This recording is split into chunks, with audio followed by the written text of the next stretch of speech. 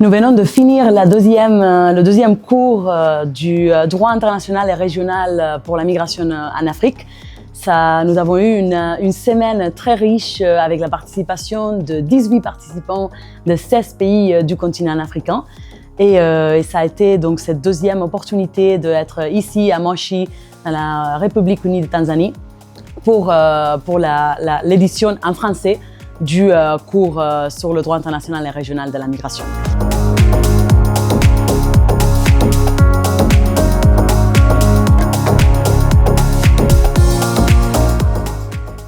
C'est que j'ai bien apprécié cette session de formation parce que le fait de réunir des personnes qui travaillent dans ce secteur-là, de différents pays, juste le fait de les mettre ensemble pour qu'ils puissent échanger, juste le fait de les mettre ensemble pour que ces personnes puissent discuter, échanger de bonnes pratiques en matière de gouvernance migratoire, rien que ça permet d'atteindre les objectifs qui sont visés par cette formation.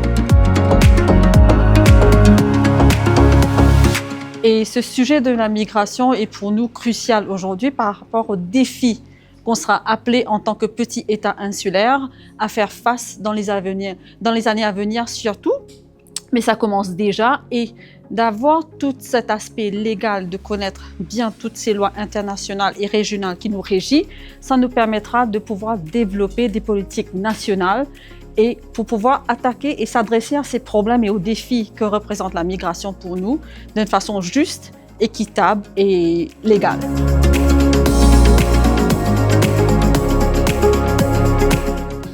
Ça a été très pertinent pour moi dans la mesure où nous faisons toujours face à des questions pratiques et opérationnelles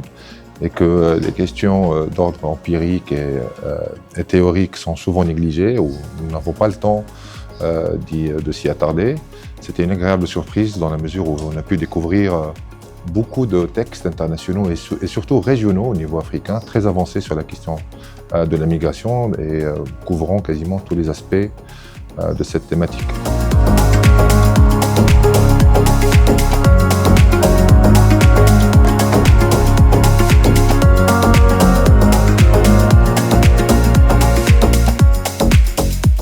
Je recommanderais fortement cette formation à toute personne impliquée dans la gestion des migrations, agents publics, juristes, ONG ou chercheurs. Elle aide à mieux cerner les enjeux actuels, à éviter les approches sécuritaires excessives et à replacer les droits humains au cœur de l'action.